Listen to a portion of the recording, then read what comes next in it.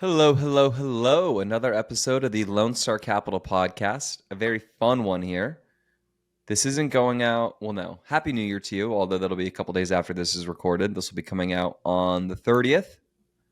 We're recording this on the 29th. A year in review show. Very exciting. But before we get into the year review, a little recap. We've got some important things to go over. The first being our incredible and new Referral Reward Program. This is something that we're very excited about. This is something that's at the core of our business, which is you, the investor, the listener, people who, are our influencers, are the people that kind of give us, our bragging rights, that talk about us. We want to reward you for that. We want to incentivize you. We want to give you a reason to refer us to your friends, someone who has a 1031 exchange, a potential fund manager, if a capital raiser, if you're a capital raiser, if you're a retail investor, LP investor who knows someone who raises funds, perhaps they'd be a good fit. We'd be a good fit. You want them to start raising for our opportunities. I don't know. You guys are sophisticated. You guys are smart. But with that said, we would love to work with more people, reward more people. Our business, what we're looking to do is to have as much dollars from LP investors as possible.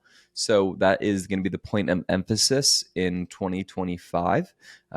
Some more of the same, but without further ado, Rob, why don't you break down the incentive for one if they give us a referral, and then I'll go through kind of some of the fine print. Sure. So if one of our investors refers their friends and family to invest with us, then we will give them a $2,000 referral fee, and that would be paid out at closing. That could also be rolled into your investment. So if you're also investing into the deal and you, let's say, put in $100K, and then you refer a friend or two, you could get credit for investing $102,000 or $104,000 into that very same deal that you're already putting money into. So Yeah, that's a or you cool take little cash. You take cash, cash is king, of or you course. could roll it as credit. I would probably personally take cash, but let's just Well, but stipulate that's why that. you are not the rich investor that we have. Our rich investors who write 500K checks, 250K checks, 100K checks, they don't need that cash. They would rather just not pay the taxes on that cash. They could just roll it in. They want to invest money. Tea times are expensive. You don't understand, particularly in this day and age. But how this works and the stipulations of this is we pay that $2,000 out at the closing of our deal on an opportunity that they, in fact, work with us. It's not like you give us an introduction and, hey, here's $2,000 for the introduction. No. It needs to be closed, and this needs to be people that we actually are not in contact with or don't know, who aren't actually in our systems. So just want to stipulate that. Anything more on the and then also, this is a one-off. This is not, hey, if this investor ends up investing with us every single deal, it's not a $2,000 in perpetuity, unfortunately. Just It's to a be clear. one-time referral fee. Yeah. Yep. And then on the bigger end of things, if anyone listening has a family or friend that is looking to do a 1031 exchange, so they're selling property and they want to 1031 exchange it into an opportunity, and you introduce them to us to 1031 exchange into one of our deals, we will pay a $10,000 referral fee for that. The reason for that is because our minimum for a 1031 exchange is $1 million. So that's why it's a bigger referral fee. 1031 investors are big investors. Correct. And so let's go through it one more time. They cannot be people that we are working with right now for that. It's new systems. Although, maybe would be nice if you know someone who knows us and they're not thinking about it and you push them over the line.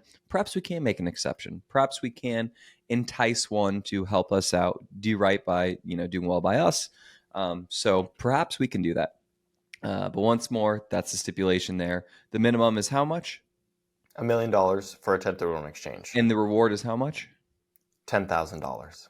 Big money there, folks. So with that said, if you know anyone looking to conduct a 1031 exchange, there's been a big function to our capital formation process. We've received over $50 million of equity. I mean, maybe even $60 million now at this point of 1031 exchange dollars through the tenancy in common structure, not the DST structure, but the tenancy in common TIC structure. It's a very crucial way for one who might be a hired landlord, someone who's maybe not getting good cash on cash. It's so funny. We're, of course, from the Bay Area. We'll talk about our Bay Area event we had, for a Christmas party, a holiday party, whatever you want to call it. And there's so many people there that own houses, let's say in Cupertino, in Fremont, kind of little areas in the Bay Area, or maybe somewhere else in California, right? And they've got a ton of equity. Maybe have $2 million there, but they're getting like $4,000 a month in rent, which, the math on that's not very good. The cap rate on that's not very good. The equity is very rich, which is what you want to do at some point. But then, over the scale of things, you probably want to switch over to more of a blend of cash flow and appreciation, or maybe cash flow. So our opportunities, generally speaking, will give you a better cash on cash yield. And then also, most importantly, you don't have to go through the painstaking process of finding the next property, managing this.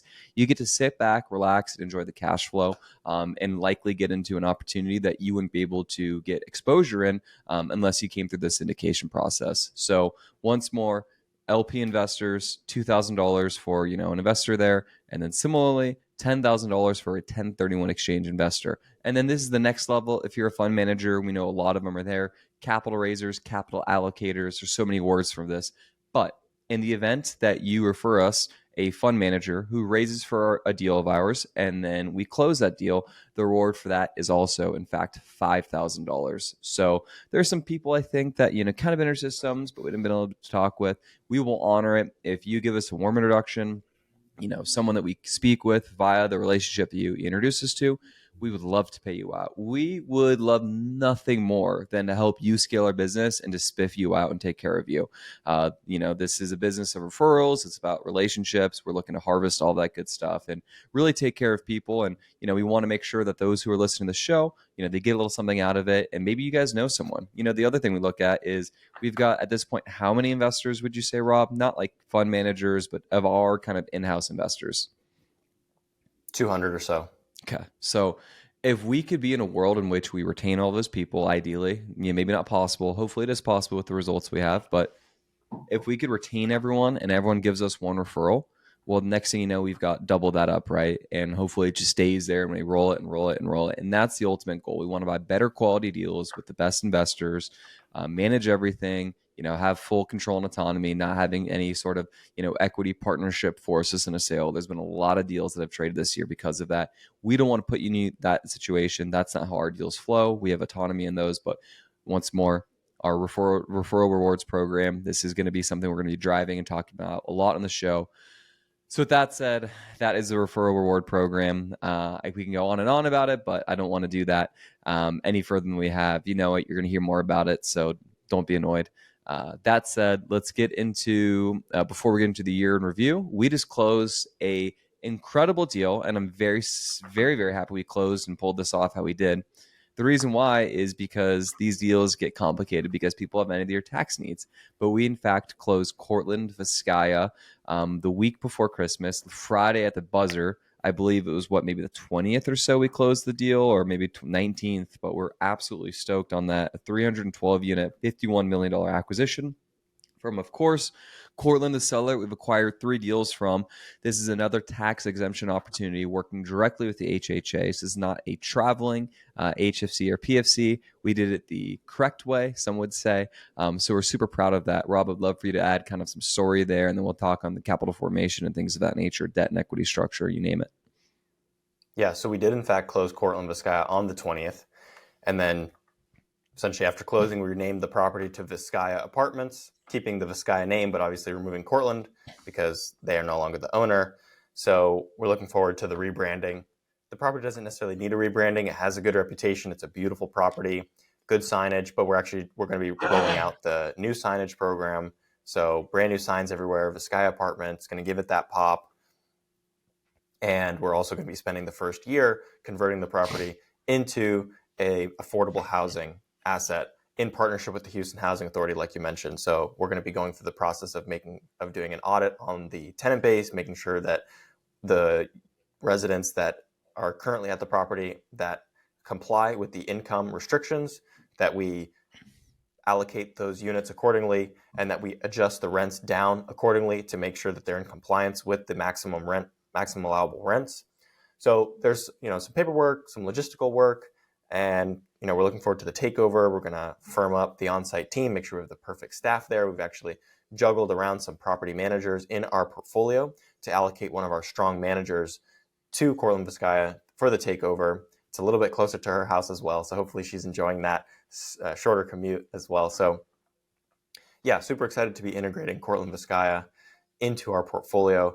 It was overall, I'd say, a pretty smooth closing. This was not a REIT acquisition. So for those listeners who have been following the show or investors who have been participating in deals this year, the other two Courtland deals that we acquired in 2024 were in fact REIT acquisitions, which is something that I cover in more depth in our 2024 annual letter, Which we'll get uh, to. which we'll get to if time permitting. I don't know. We might filibuster this whole episode and not even have time because the annual letter, as one could guess, is meaty. It's obviously reviewing the whole year and giving some forecasting for 2025. So that's an The exciting thing. forecast, we're going to say the forecast for next episode. Sorry to cut you off. Understood. All in Yeah, well, style. yeah, and if you are also, I'll just do a shout out for our newsletter because I feel like our newsletter has grown tremendously, but we don't push it on this show.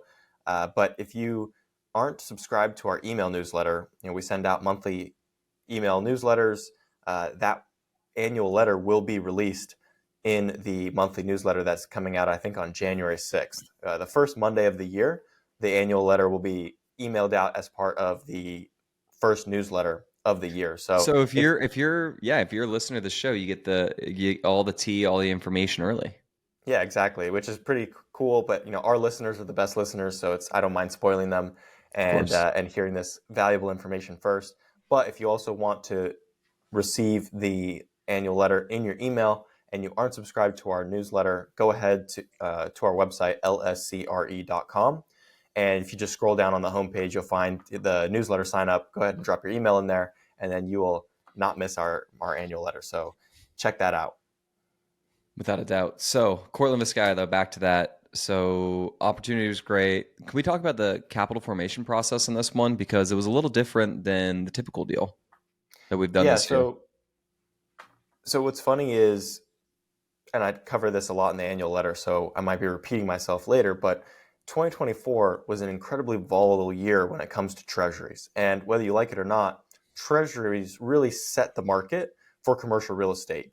And when treasuries are going up and then they're going down, up and then down, it's very hard for buyers and sellers to kind of put a prediction as to, okay, where is my interest rate going to be when it comes time to close?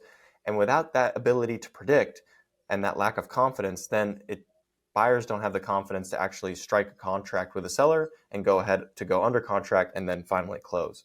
Fortunately for us, we've been bold and we've been rewarded for our boldness because seemingly we had built in cushions in our interest rate for when we put deals under contract this year. And then it just so happened to have interest rates dropped every time we went to actually lock the rate and close. And so we got lucky on Aspire. We got lucky on Preserve, although we didn't end up needing it for other reasons we won't talk about today. And then also we got lucky on Med Center as well, now Lakes at 610. So, and we got lucky on Grand Riviera. Yeah, so with Vizcaya, we weren't so lucky because when we put the property under contract, we were assuming a certain rate, and then Treasury rates went on a crazy run up, and we were finding ourselves in a very bad situation. So fortunately, we were able to mitigate some of that with getting a price reduction from the seller, given the Treasury environment, right? Pretty much every deal around that time frame was going back and seeing price reductions because of the dramatic change in interest rates. But we took it a step further and decided to actually pivot from a fixed rate loan to a floating rate loan, which helped further offset the issues associated with locking in the rate when rates had just basically gone nothing but up. So our rationale for that was, okay, we can basically fix at, let's say, 6.5%.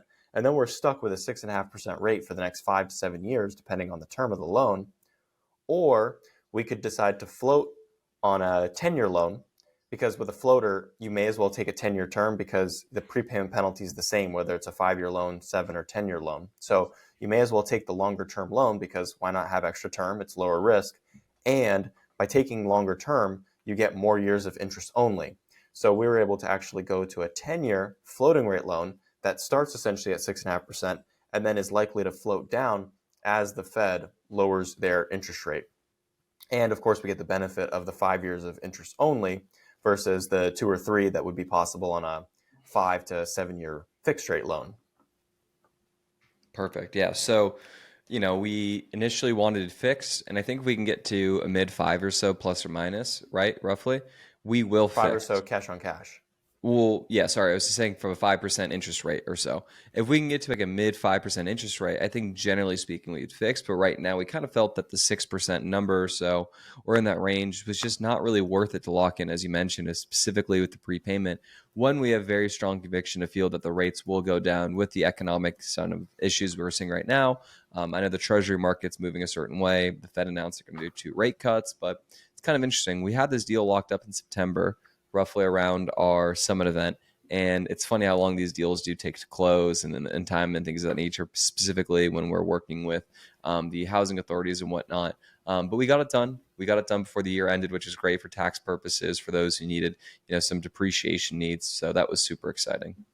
Well, why don't you share some insights on the equity side of things as far as what went well on the equity side, what resonated with investors, what was difficult? Is the overall capital raising environment strong, weak, changing? Yeah, so when we raised capital in this deal, we raised 25% of the equity, which is about $4 million of the $16 million raise. We love to do that. We, I think, slightly exceeded our goal, but we thought it would be about that roughly.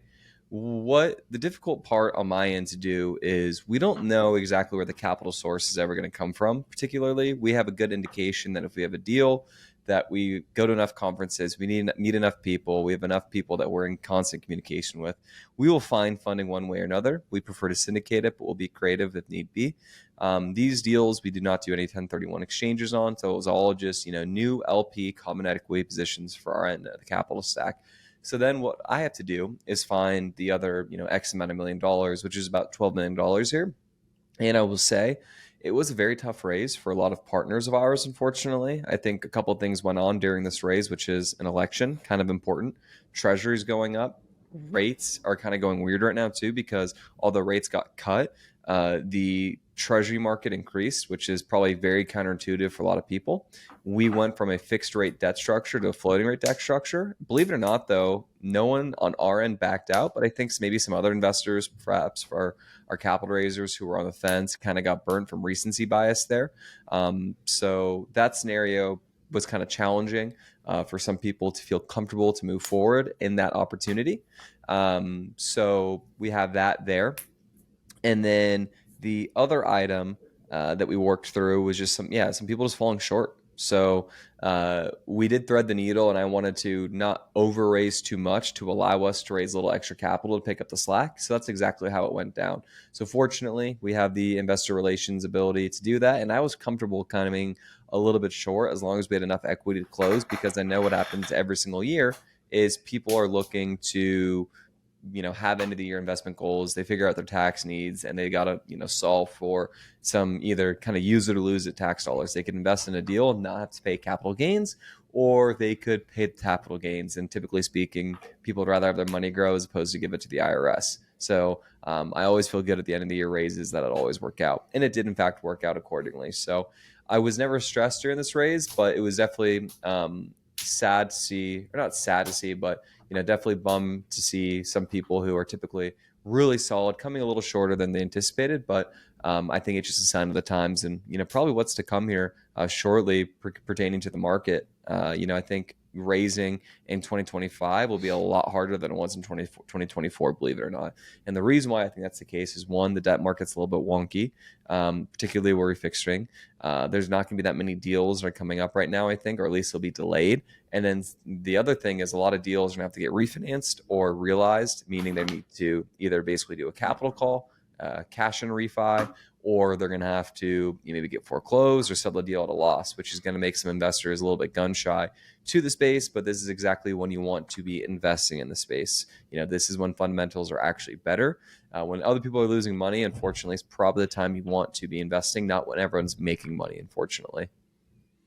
So it's really interesting because the debt markets, in your words, have been wonky for now 2 years. 2023 was very All volatile. known in the multifamily world is just a very peculiar debt market and whatnot. So I look forward to a little bit of stability, not looking at the Treasury report and seeing, a 10, 15, 30 basis point move in a day.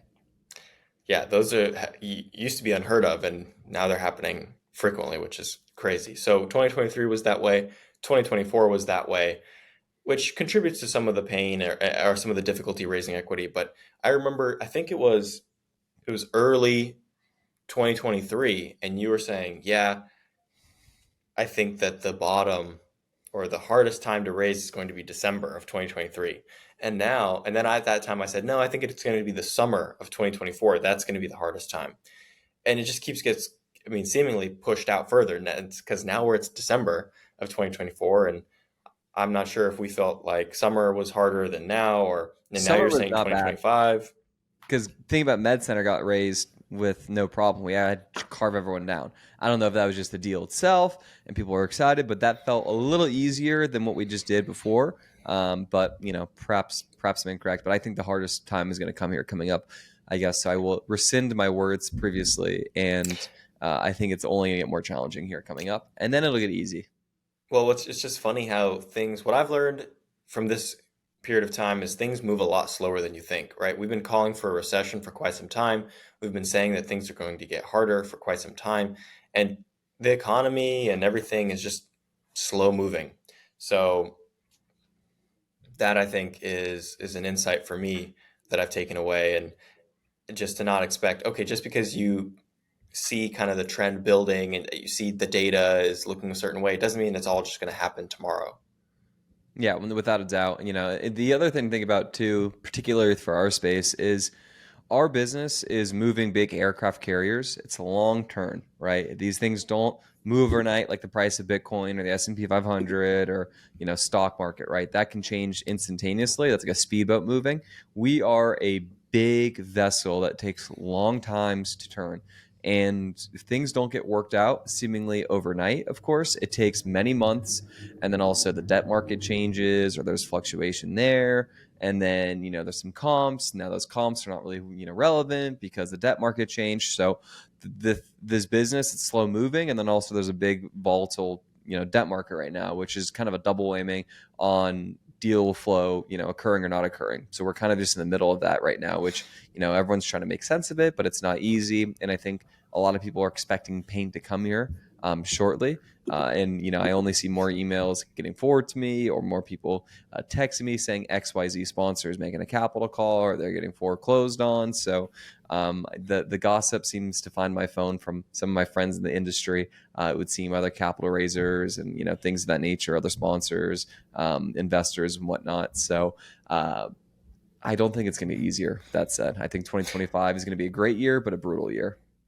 I encourage anyone listening who wants to check out some more gossip, just type in on Google Wall Street Oasis multifamily, and then just go Please. ahead and see what comes up. Yeah, exactly. That's Rob's guilty pleasure. Yeah. It's true.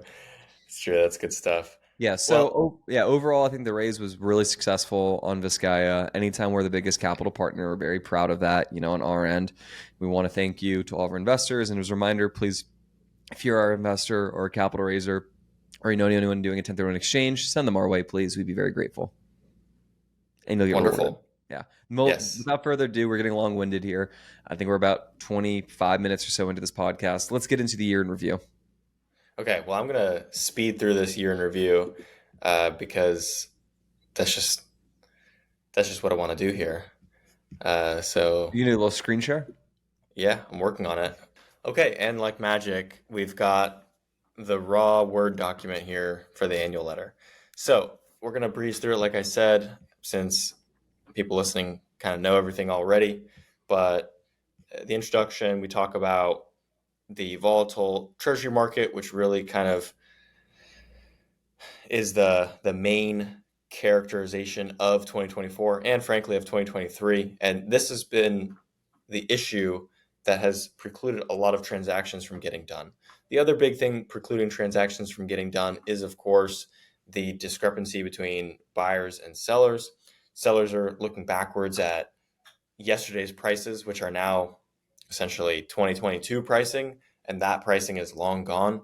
And buyers, of course, are plugging into their models live data and live interest rates, and to be able to pay a number that makes sense for the buyer, it's a much lower price than what sellers want. So that's kept a lot of deals from getting done, because if a seller isn't forced to sell, then they're just simply opting to hold rather than take the lower number from a buyer and make a deal happen. So 2024 had a very low transaction volume.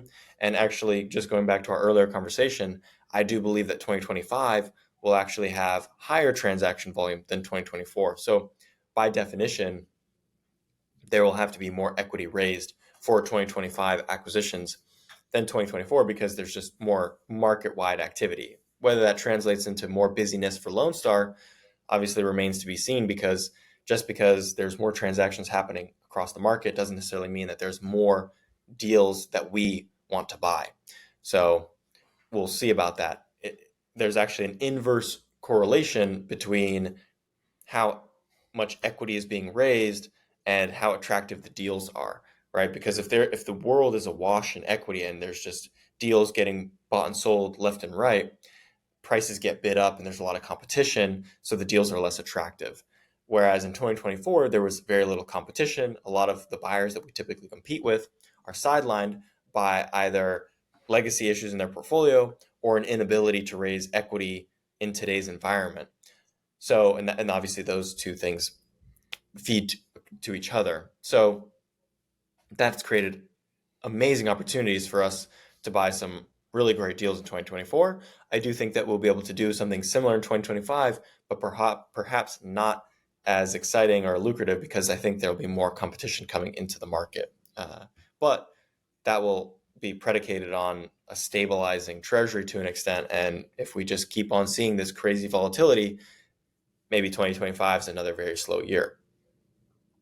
Another major theme that the letter covers, as far as a macro theme, is supply. And we have major oversupply in America for multifamily housing.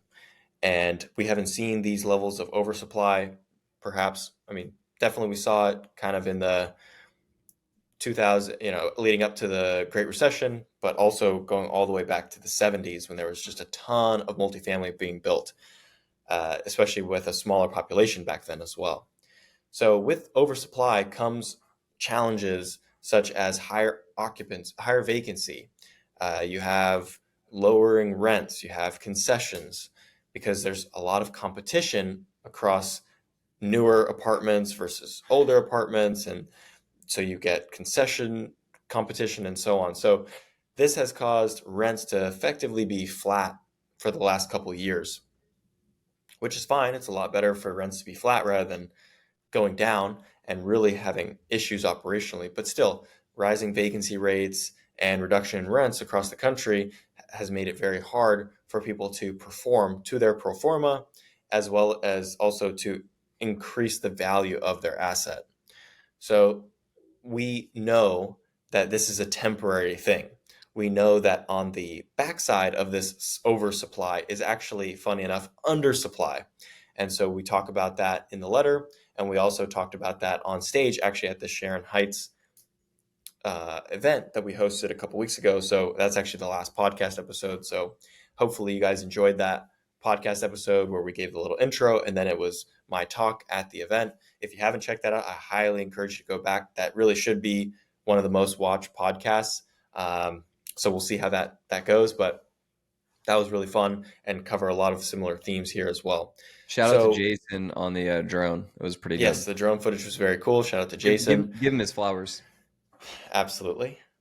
So the funny thing is, the exact forces that created this oversupply are the inverse, or the opposite forces which came to pass are what create the undersupply. So what does that mean? It means that in 2021 and in 2022, interest rates were near zero. Money was very easy. So developers were able to buy land, get money cheaply from a bank, and start building apartments. And it takes a couple of years to build these apartments. So naturally, all these apartments are getting finished up in 2023, 2024, and 2025.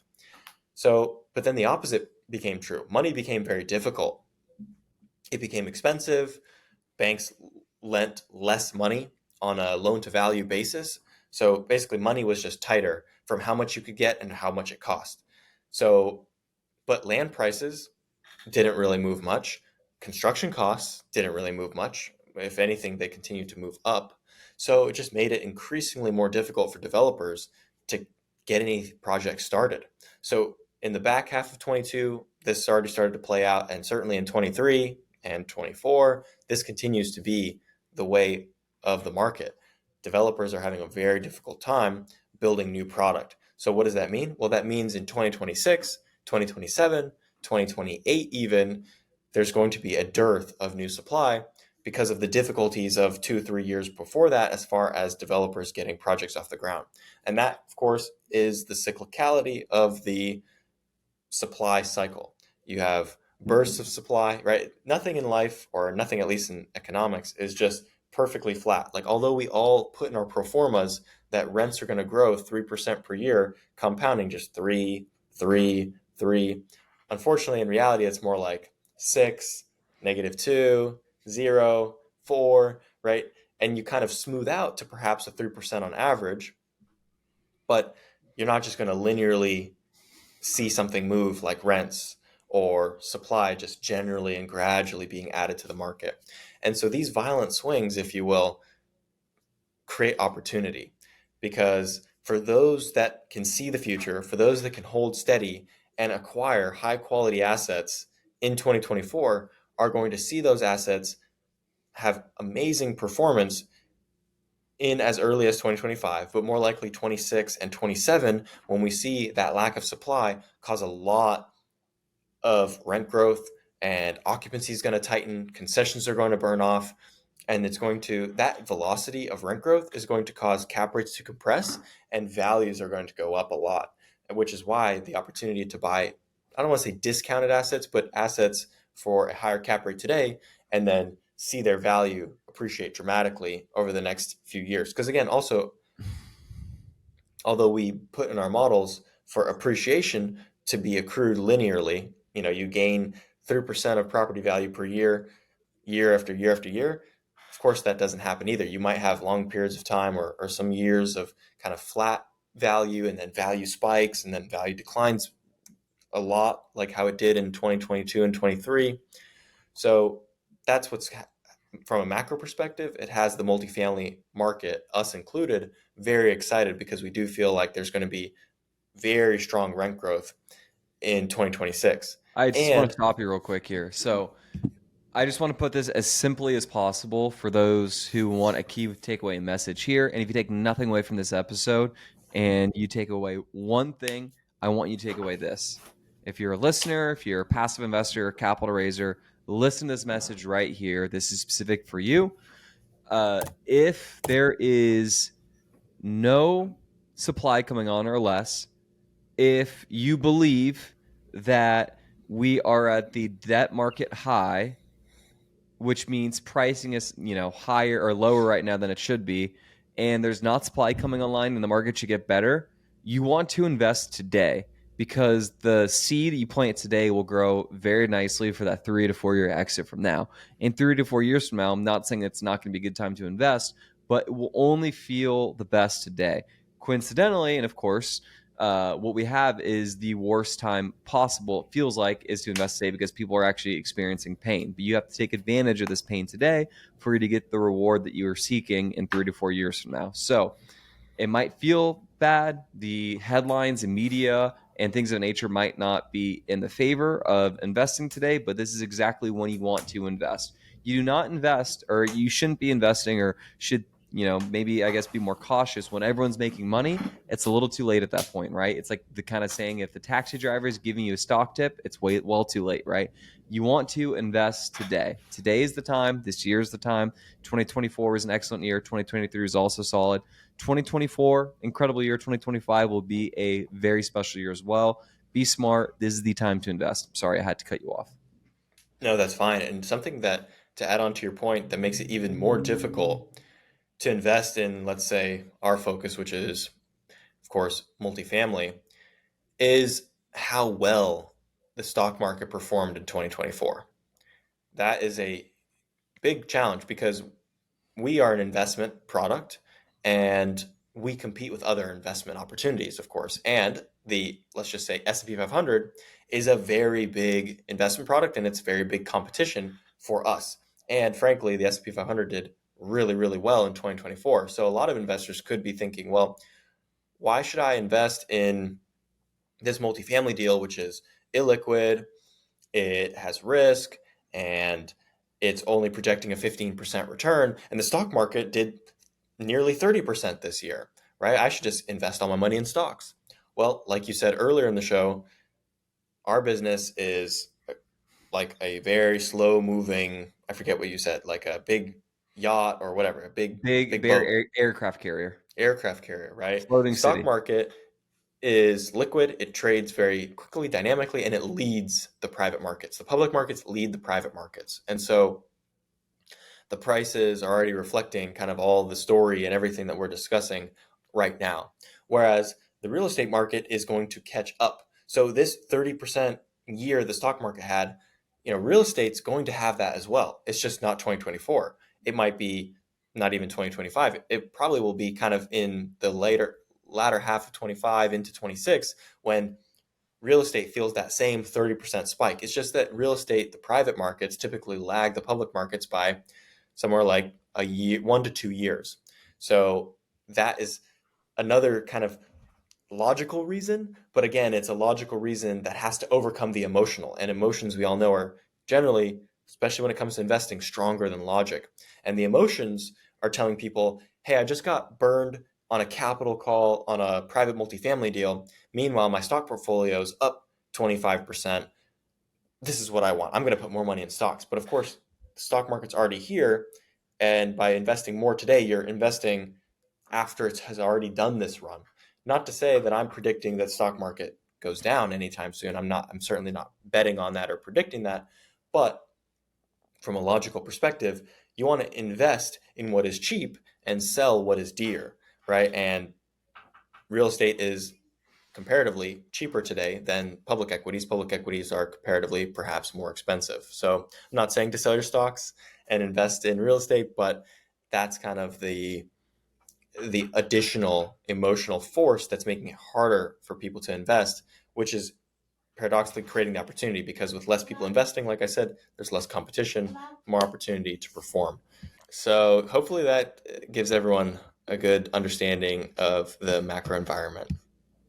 So moving on, we're going to cover acquisitions. So it was a pretty busy year. Like I mentioned, we were able to buy some great deals that we think are going to perform very, very well, just given the year in which they were acquired.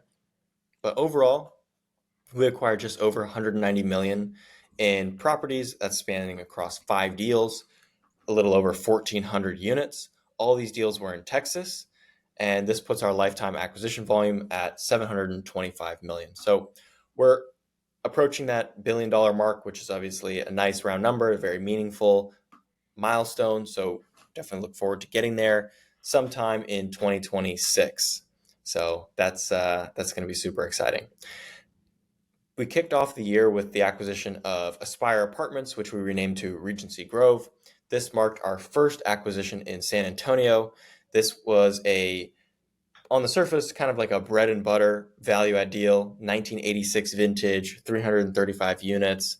But the deal was actually acquired from GVA in a distressed situation. So this created challenges where we had a very low quality tenant base. We had to perform over 200 evictions and deal with crime. And so we were able to act quickly and implement safety measures. We moved in 7 courtesy officers, and in exchange for discounted rent or free rent, they patrol the property at night, patrol the property during the day, and we've really seen crime go to zero. So that's been really great in reestablishing the confidence of the local people to live at this property, to move back in, pay rent, and have a good community. And so that's exactly what we have done, and that's what we have seen. So we've had to unfortunately take occupancy all the way down to about 50%, and now we're leased up over 70%, and we're going to just continue to march up to 95%, stabilize the asset with a much higher quality tenant base, good rents, good collections, and so on and so forth. So that is the story there. I think the main important thing there is that it is the first acquisition for us in San Antonio, and hopefully we can grow a nice portfolio in San Antonio. This also, just to wrap it up, we put a really fun tax exemption structure on this, utilizing, our operational expertise and kind of the nuances that we can find that maybe a lot of operators cannot. And we're obviously very seasoned with regard to affordable structures, managing them, things of that nature. So this deal was bread and butter in many respects. It had a very high cap rate, going in cap rate about 7.25%, including the post exemption structure, with about a 5.75% debt rate on fixed rate debt on a 5 year. So, nothing like getting a quality 150 basis point plus spread. So that was pretty sweet there on positive leverage, which is excellent. So that deal will do well. Of course, you invest in distress, you might get some distress on the ownership. I think you alluded to that, Rob. But we were excited to really do well on that one and kind of stabilize the situation and create a better community. Perfect. So the next deal we acquired was actually another, not a first, but something very exciting, which is Grand Riviera in Dallas. So this is our second deal in Dallas, and this is a bigger deal. Our first deal that we acquired in Dallas is called Candlelight, and Candlelight is 128 units. So it's a smaller deal in Dallas, and it's in Duncanville in the south side of Dallas. And Grand Riviera is in Irving, right in between DFW Airport and Las Colinas. This is a fantastic location. It's kind of just one of the main reasons why you invest in Dallas is location, location, jobs, jobs. So we were thrilled with this acquisition. The funny thing about this deal is that it's a 1972 vintage asset. And 1972 is old, and it's only getting older. And right now, investors have a big, big hesitancy of investing in older assets because they have an association with older properties underperforming because of, like you said before, recency bias. A lot of low quality deals, not just that they're old, but that they were 1970s in bad locations. Those deals were overpaid for and now are very much struggling. But to acquire one in a great location at today's prices, I think is actually a great deal. And so I think we bought the property for a wonderful price, and raising the money was really, really hard. It was very difficult to convince investors to invest in a 1972 property. We totally underestimated how difficult this would be because we thought that the location of the asset would overcome the vintage, but we were wrong. We were And the wrong. market. Yeah, and in this time, it's just so tough. And it's it was a learning lesson for us because while we thought it was a great deal, it was just too much work to try and convince investors that it was also a great deal. So moving forward, I think are pretty much going to stay away from 1970s purchases, not because we think they're bad deals, but we just think they're very difficult to raise capital for. And we don't want to kill ourselves to run our business, and so we Well, just need to. let's add a little nuance to that, right? So obviously you don't want to do 1970s in most instances, but there's some situations in which a 1970s asset is not bad. Where would that be, you might ask? The great question. That's probably in areas that's harder to develop in. Like, let's say, for instance, if we started buying property in California, 70s asset actually might be perfectly fine and dandy because there's not really any new supply coming online because it's very hard to build or replacement cost is very tough. So you can do a value out in the 70s. So it's all nuanced here. But 70s in Dallas is in fact very challenging to do, considering there's a lot of new construction in the vicinity. And then one of the other things that people worry about is basically operating costs, right? And the deferred maintenance that you have there. And for these properties to work, you need your rent growth to exceed your operating costs and things of that nature, right? So people are worried that that won't occur in a property like this. However, there are enough green flags associated with this deal to make us feel comfortable with the acquisition, particularly speaking, where the property was rented and the deferred maintenance and the lack thereof love attended and added to the property. This deal, with the right components to it, will be an absolute home run, and we're already seeing it play out as such, pertaining to the needs there, the tenant base, the rent growth in the area, the submarket itself. We're absolutely elated with how this property is done, so it was a calculated risk we felt good with.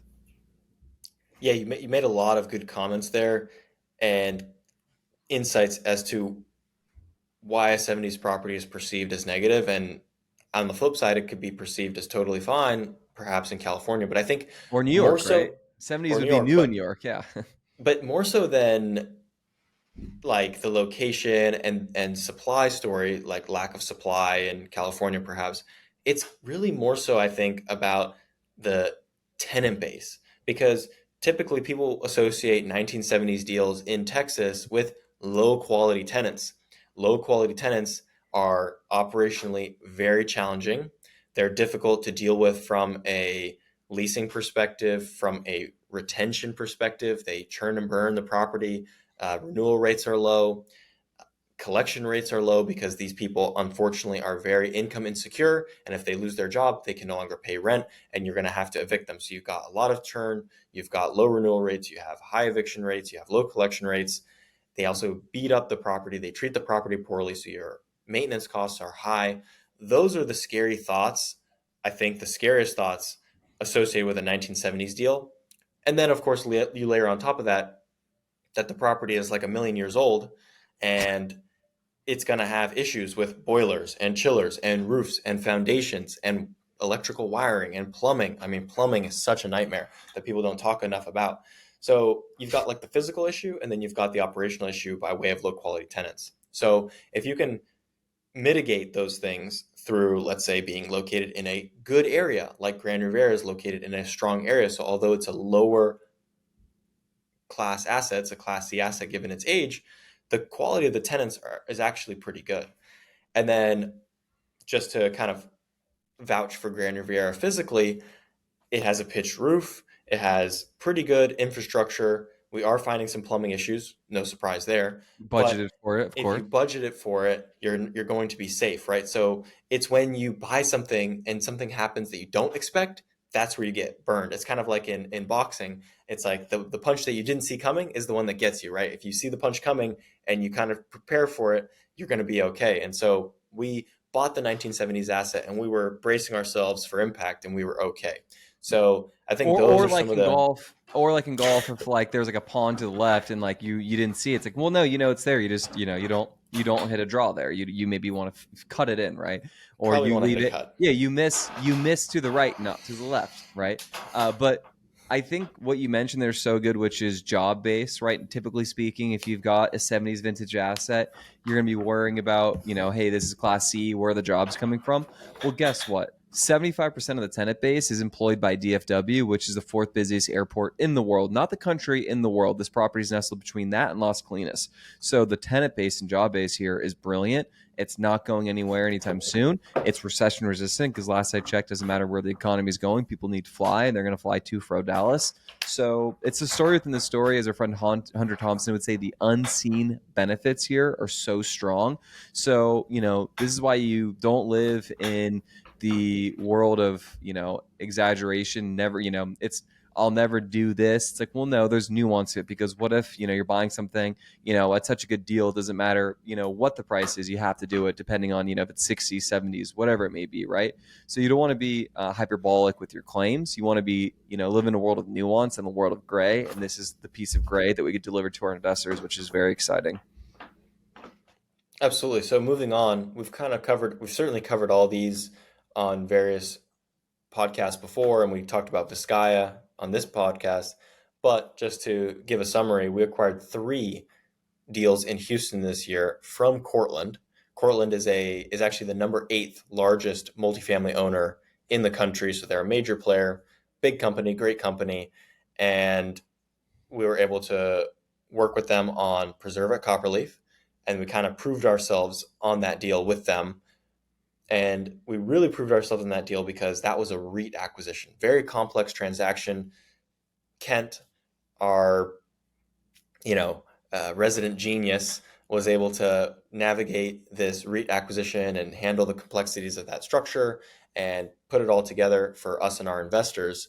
And so it's funny because other buyers tried to go under contract and tried to do this, and they failed. And the same thing happened on Courtland Med Center. So after Courtland went with another buyer on Courtland Med Center because we weren't willing to pay a higher price on that deal, they saw the buyer fail and they came back to us again, and we were able to actually strike a deal there because they had the confidence. They were willing to take the risk on the higher price and unknown buyer on Med Center, but they knew that we performed on Preserve at Copperleaf, so they kind of had us in their back pocket. Now, of course, at a lower price, but it was kind of a win-win because they were able to get their deal closed, and we were able to come back and say, okay, you know what? You're coming back to us now. Well, our price is a little bit lower, but but we're not going to beat you up too bad. And then we were able to get that deal closed. So we really proved ourselves on those REIT acquisitions, and we combined those REIT acquisitions with an affordable housing structure as well, just layering complexities on top of each other to really create maximum value for investors. So those deals I'm super proud of, and I think those are going to perform very well for investors. And that culminated into acquiring Courtland Vizcaya, because again, although not a REIT acquisition, Courtland just saw the consistency, the success, and ease of working with us as a buyer on those two previous acquisitions. And so it was a natural fit for them to choose us in what was a fairly competitive bidding process, because Courtland Vizcaya is a very desirable asset located in West Houston towards Katy, which is a major growth pocket, just a nice bright spot of Houston. And we were able to stand out, of course, given our relationship with Courtland at this point. So that's fantastic. Also, another thing, just to zoom out on a macro level, we were talking earlier about oversupply and undersupply and these things. Houston is positioned fantastically well for 2025.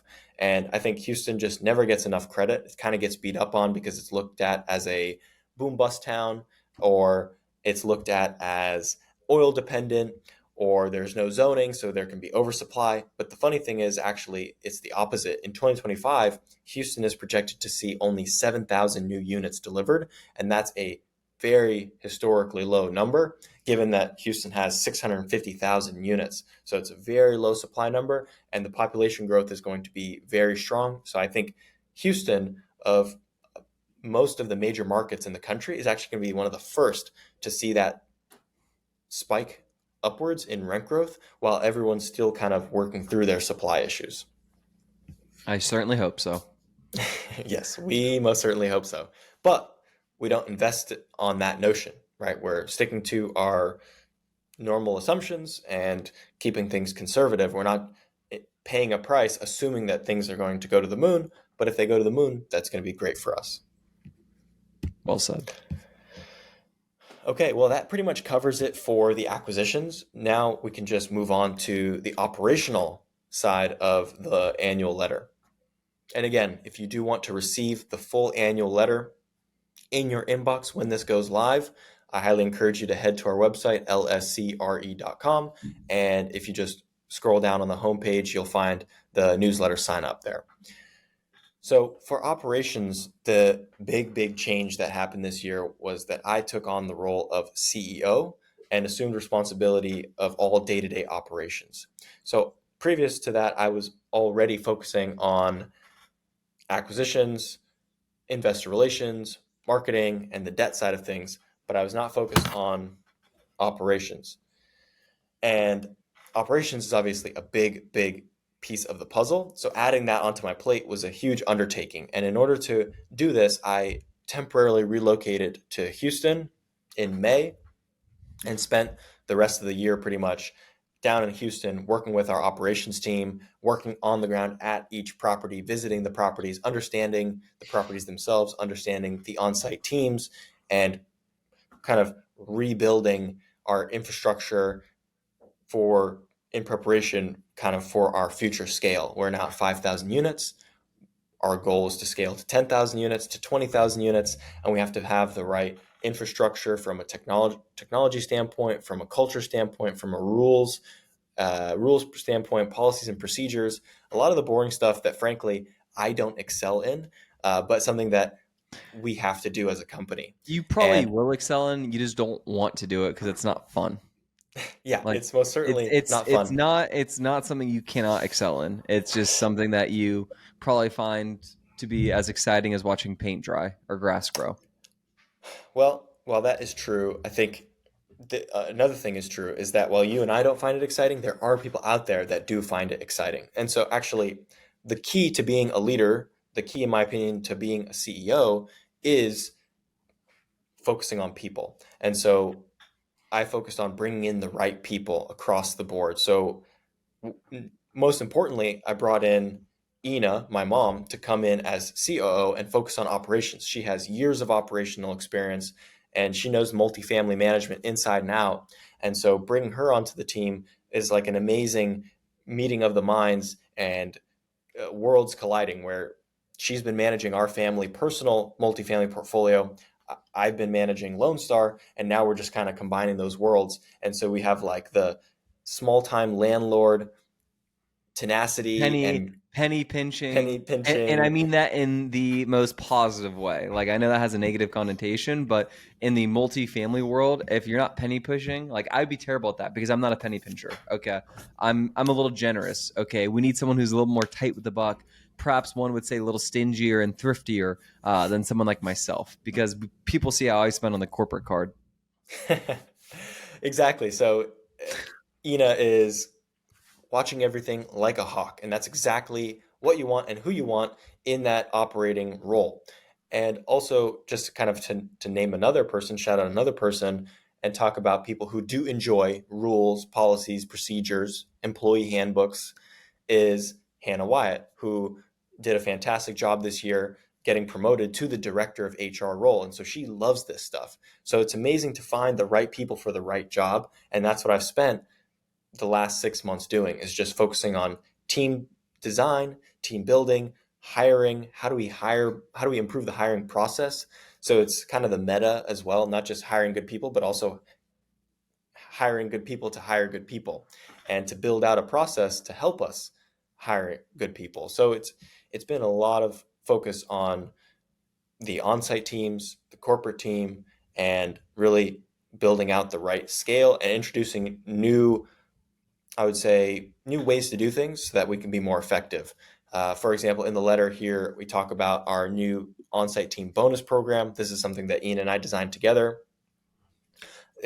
where the on-site teams are participating all together equally in a bonus program to maximize the number of paid up units, which are occupied units with no delinquent rent balance at the end of the month. And so every month we analyze how many PUUs the property has, and then we pay a team bonus accordingly. So it's not just the leasing agent that gets compensated for this, or the property manager, or the maintenance team. It's everyone all together.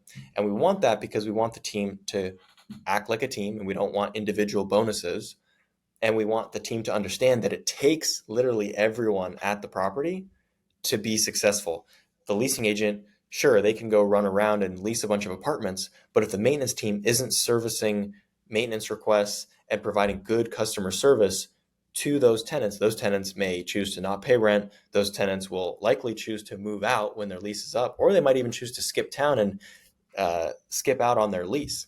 And those are things that we do not want. And so we preach to everyone that it takes the entire team to be successful, and we want them to be compensated and receive a bonus reflecting that.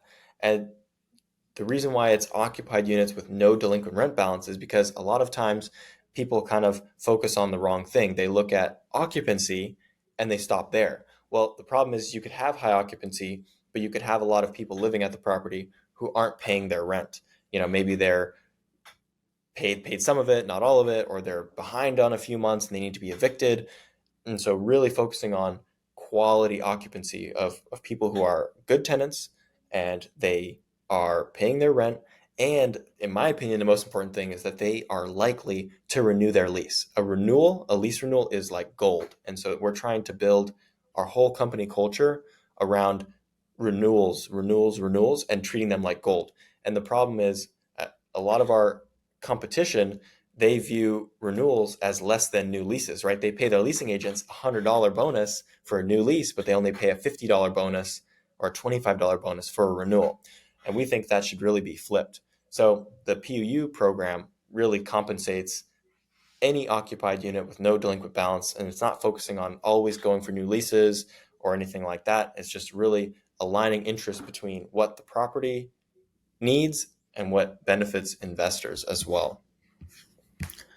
So I'm going to skip ahead a little bit to the marketing part of the letter. So funny enough, it feels like it's been a long time, but it was this year where we decided to transition this podcast from the Capital Spotlight to the Lone Star Capital Podcast. And we revived this podcast. Craig and I have revived the podcast. Craig has done a fantastic job, and rebranding it to the Lone Star Capital Podcast, I think, is very apt. I mean, it didn't take a genius to figure that name out, but it properly reflects our commitment to providing greater insights into the market, into being transparent and sharing what's going on with us, and really bring you in closer to the Lone Star family. You know who was the person, if you can recall why we changed it? Was it my dad? No. Brian Spear at Raise Fest. You guys were on Interesting. the panel together. He's like, we literally name it the blah, blah, blah. It's like, it's exactly what it is. Right. We're telling Smart. you exactly what this is. Yes. I love that. I love that too. I love that. That's Occam's razor. So another major success for 2024 for us was hosting the fourth annual LSE Summit. This was our second time hosting it at the One World Trade Center. We brought together about 100 people, and it was a huge success. It was just a great room, great experience, and I hope that people that came got as much out of it as we did, because I think all of our team found it so valuable to reconnect with a lot of people, to meet a lot of new people as well, and just build high quality relationships in kind of like a part business, part cigar, whiskey, dinner type environment. So that It's really, networking in a not networking environment, yeah, which, by the way, is so crucial. it Like, is no so one wants, oh, crucial. I'm going to network. It's like, no, no, actually going to meet people here. We're going to have a legitimate, beyond surface level conversation. Here's a little of side stuff going on, a scene within the scene to kind of break the ice, make people feel comfortable. Big question. People are wondering. We're going to debunk a myth. Are we going to host something in 2025 in New York City? The answer is yes. Yes. Yes, we will. But you know what? We can't speak about that yet because that's on the look ahead episode next. So we're going to end it in the marketing engagement here. So last couple words here, and then we'll end the show. We'll spare you some more long-winded information, and we'll get you a 2025 outlook episode next week. Yes, that's perfect. So yeah, you gave a little teaser there, but just to wrap up on 2024, you attended a ton of conferences: Laguna Beach, Dana Point, Ascent, and Miami. We had a very busy travel schedule. I spoke at Race Fest. We were at Best Ever holding court, taking people to our world famous Lone Star Capital investor dinners.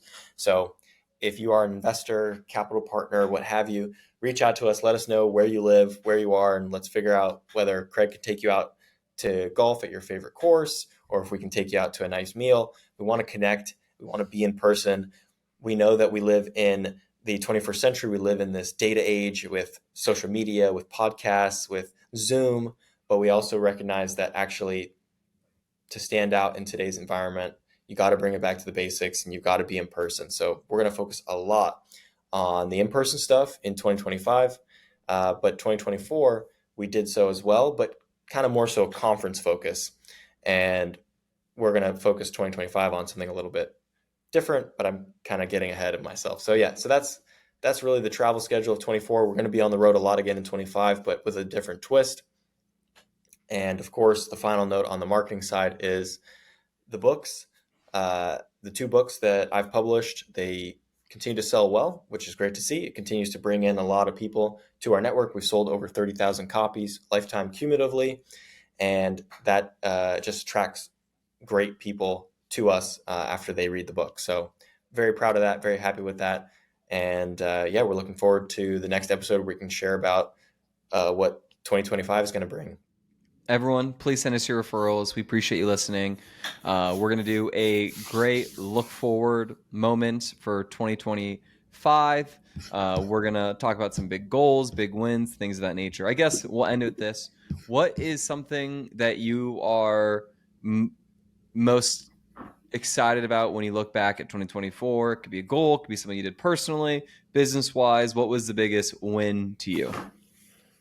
So 2024 was a big year for me personally and in business, because I took the role of CEO and took on operations. And so now really having more responsibility at the firm is a big deal. And I think it's a great fit for the company. I think I'm naturally very well suited for the role.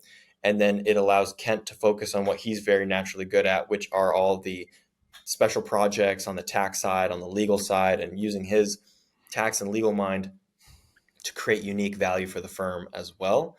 So it's just really nice to see, call it human capital or assets in general, being utilized to their fullest potential and having them allocated to their most efficient potential. Uses. So, yeah, uses. So yeah, it's all about highest and best use, right? So that's exactly what that is. So that's most exciting on the business side. And then personally, of course, I got engaged this year. So very much so looking forward to the wedding in 2025. So major personal and business changes came my way in 2024, all for the better, of course, and building us to be in a position to have an even better 2025. All right, I'll end it with mine. Personal thing, I shot under par for the first time in my life, so that was a big goal. The goal is to always shoot in the 70s, break 80 every round. Some rounds I need to be better than that, depending on the course. But shooting under par was something I always wanted to do, so I've done that. And I think the goal, it's path to scratch. I want to be a scratch golfer. I'm playing to about a 4 right now, which is pretty solid. But it can be better. I feel like every round, at least some strokes out there. Obviously, you don't know what you're going to get every round. Sometimes you're grinding, and a 79 is a great round considering how you're striking the ball. And there's some days that you're striking the ball and you need to score, and I can't score. So we're going to get better at golf. We're going to get world class. And the reason why I bring that up is because selfishly, I want to play more golf. And that means I want to take you out to play golf and develop a better relationship. So if you're a golfer, if you're coming out to Arizona, you let me know and I'll take you out. We'll have a good time, assuming that you're a good fit for Lone Star Capital and vice versa. And then from a work perspective, I kind of slipped in, as you mentioned, with you kind of taking more CEO function into really the kind of leading the entire capital initiative, the capital formation process. So humbly, I feel like we have not skipped a beat on that front. It's actually probably better than ever. Not that it's all just me doing that, but it's just with the training I've had, with where we're at as a company, we're really in a position where we can thrive and, level up. And we can only level up if everyone, wants to take on that responsibility. So, I feel as if that was done very well on my end, but then also not just to shout out myself, but who I directly work with, which is obviously you.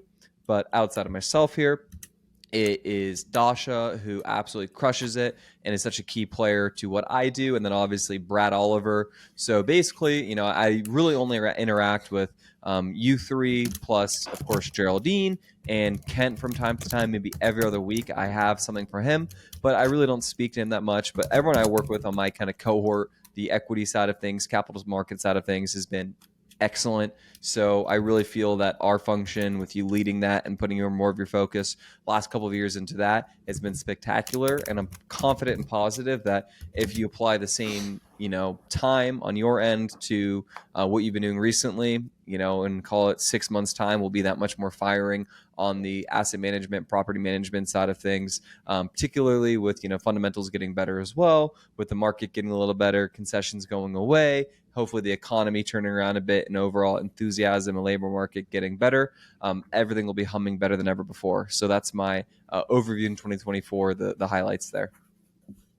Beautiful. That's wonderful. Well, I'm super excited to cover 2025. I always love looking ahead. I'm like a dreamer. I'm always thinking about the future. I know you are as well.